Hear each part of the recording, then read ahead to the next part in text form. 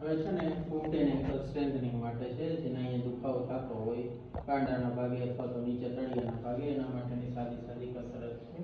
પહેલા પંજાને ઉપર ખેંચવાનું, બરાબર. પંજાને જોરથી ઉપર ખેંચી 10 સેકન્ડ રાખવાનું, મનમાં તમારે 10 ગણવાના, 10 ગણી પાછું રિલેક્સ, વળી પાછો પંજાને ઉપર ખેંચવાનો, બરાબર. 10 સેકન્ડ રાખી પાછું ઢીલું મૂકી દેવાનું, બરાબર. એક કસરત આ કરવાની, બરાબર. એ થઈ જાય પછી બીજી કસરતમાં બીજા પગ ઉપર એક પગ ચડાવી એક હાથેથી અંગૂઠાને પકડવાનો છે, બરાબર. બીજા હાથેથી અહીંયા પકડવાનું છે અને આને આમ ખેંચવાનું છે, બરાબર.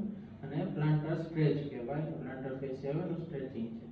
ખેંચીને 10 સેકન્ડ રાખવાનું, મનમાં 10 ગણી પાછું મૂકી દેવાનું, બરાબર. વળી પાછું ખેંચવાનું આ રીતે 10 સેકન્ડ રાખવાનું, 10 ગણીને પાછું મૂકી દેવાનું, બરાબર. વારા ફરતી બંને પગમાં 20-20 વાર કરવાનું થશે. એ થઈ જાય પછી નીચે આવી જાવ, નીચે, બરાબર. નીચે આવીને આ રીતના એડી ઉપર ઊંચું થવાનું થાય.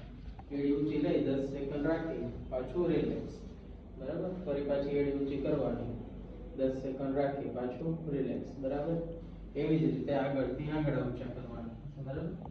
એડી ઉપર ઊભું રહેવાનું, આંગળા ઉપર લઈ 10 સેકન્ડ રાખી પાછું રિલેક્સ, ફરી પાછા આંગળા ઉપર લઈ 10 સેકન્ડ રાખી પાછું રિલેક્સ, બરાબર.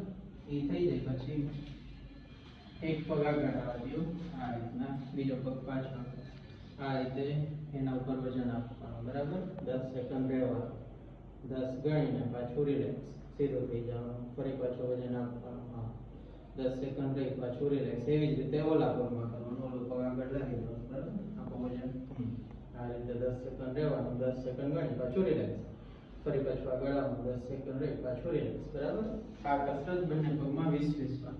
પછી લાસ્ટમાં આ રીતે એડી ઊંચી રાખી અને ચાલવાનું છે, બરાબર. રૂમમાં તમે 2-3 રાઉન્ડ આ એડી ઊંચી કરીને ચાલવાનું, બરાબર. આ રીતે બસ, ઓકે.